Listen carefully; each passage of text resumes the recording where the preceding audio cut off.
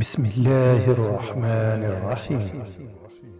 انسان ہمیشہ تکلیف میں ہی سیکھتا ہے، خوشی میں تو پچھلے سبق بھی بھول جاتے ہیں۔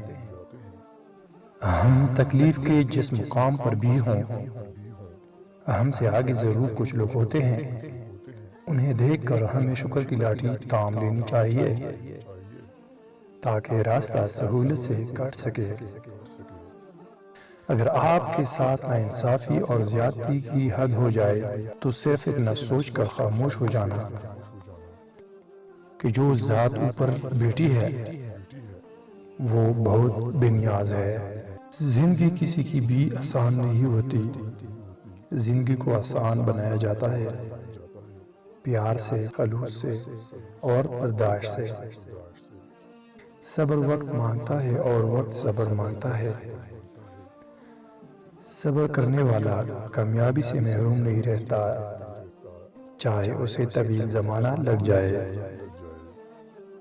زندگی اس طرح بسر کرو کہ دیکھنے والے تمہارے درد پر افسوس کی بجائے تمہارے صبر پر رشک کرے۔ اللہ تعالیٰ نے جو دیا ہے وہ اسی کا ہے، اور جو کچھ لیا ہے وہ بھی اسی کا ہے، اور ہر چیز کی مدت مقرر ہے، بس صبر کرو۔ صبر کے معنی یہ ہے کہ مشکل تو ہو لیکن وہ کسی سے بیان نہ کی جائے۔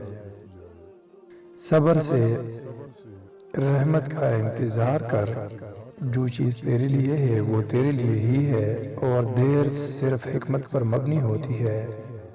جہاں اپنوں کی لہجوں کی اپنائیت دم توڑ جائے تو پریشان اور رونے کی بجائے فاتحہ پڑھ کر بخشش کی دعا کر دیا کریں۔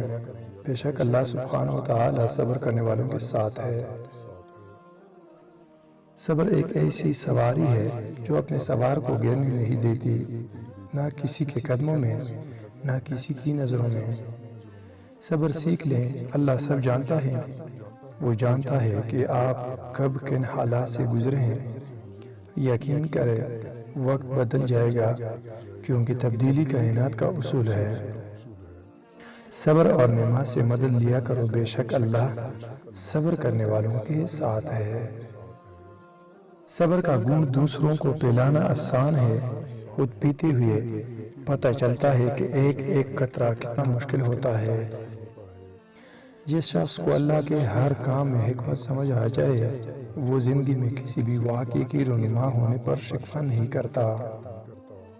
زندگی کی کتاب کے سب اوراق ہمارے مطابق نہیں ہوتے۔ اگر کوئی ایسا وقت سامنے آ جائے جس میں راحتیں نہ ہوں تو صبر کر لینا چاہیے۔ جس مقام پر آ کر برداشت ختم ہو جاتی ہے، اسی مقام سے صبر شروع ہوتا ہے۔ دکھ میں کبھی پچھتاوے کے آنسو مت بہاؤ، بلکہ یہ سوچو کہ تم وہ خوش نصیب ہو جس کو اللہ نے آزمائش کے قابل سمجھا۔ اللہ تعالیٰ مجھے اور سب دوستوں کو صبر کی توفیق عطا فرمائے۔